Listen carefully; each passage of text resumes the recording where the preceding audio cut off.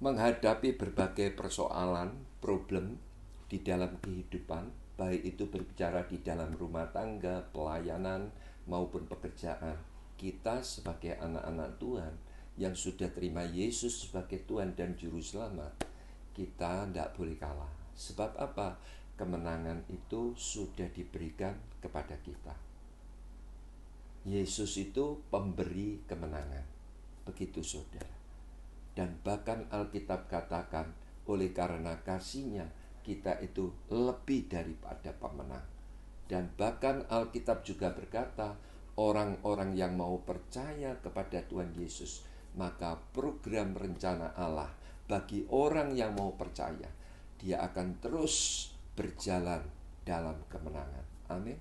Jadi itu sebabnya menghadapi berbagai tantangan di dalam kehidupan ini, kita jangan sampai menyia-nyiakan pengorbanan Tuhan Yesus. Sebab apa? Berbicara tentang pengorbanan Tuhan Yesus, kematian Tuhan Yesus, kemenangan itu sudah diberikan kepada kita. Kita yang oleh karena dosa seharusnya kita itu kalah dan binasa karena dosa. Tetapi oleh karena pengorbanan Yesus, kematian Yesus, kita itu diberi kemenangan.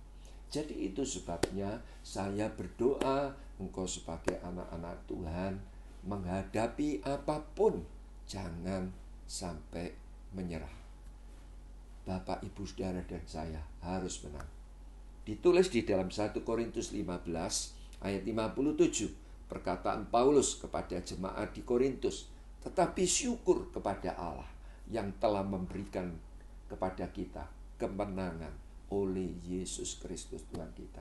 Jadi oleh karena pengorbanan Tuhan Yesus, kematian Tuhan Yesus, kita itu sudah menerima kemenangan. Jadi kalau di dalam kehidupan ini kita itu menghadapi berbagai persoalan, kita kalah, kita putus pengharapan, nah itu tidak dikehendaki Tuhan. Sebab apa? Kemenangan sudah diberikan itu. Dan kalau kita lihat, Alkitab itu bilang gini, Yesus sendiri ngomong gini, akulah kebangkitan dan hidup. Barang siapa percaya kepadaku, dia akan hidup sekalipun dia ini mati. Dan barang siapa hari ini yang hidup dan mau percaya kepadaku, dia tidak akan binasa selama-lamanya. Jadi yang artinya Yesus yang kita sembah ini adalah pemenang sejati. Dia sudah kalahkan maut.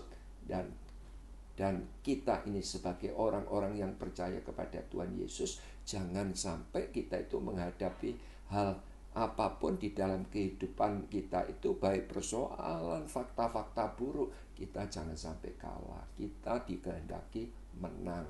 Bahkan oleh karena kasih-Nya, Alkitab mencatat kita lebih dari pemenang. Saya bacakan di dalam Roma 8 ayat 37. Tetapi dalam semuanya itu kita lebih daripada orang-orang yang menang. Oleh siapa?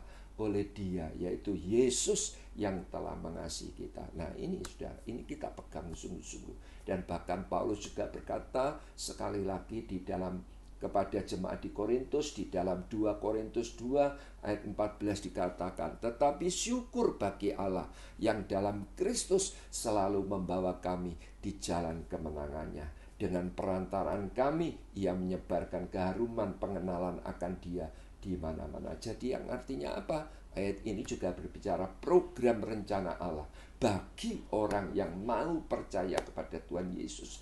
Dia akan terus berjalan dalam kemenangannya. Jadi jelas, dimensi hidup Kristen itu dua hal. Bukan cuma keselamatan saja, tetapi kemenangan. Alkitab yang mengatakan, Paulus berkata kepada jemaat di Filipi 1 ayat 29 dikatakan, sebab kepada kamu dipercayakan, bukan percaya kepada Yesus saja. Percaya Yesus itu berbicara apa? Keselamatan. Sebab kepada kamu bukan dipercayakan kepada Yesus saja, tetapi untuk menderita untuk Dia. Yang artinya apa? Memang kita hidup di dunia ini diwarnai dengan berbagai penderitaan.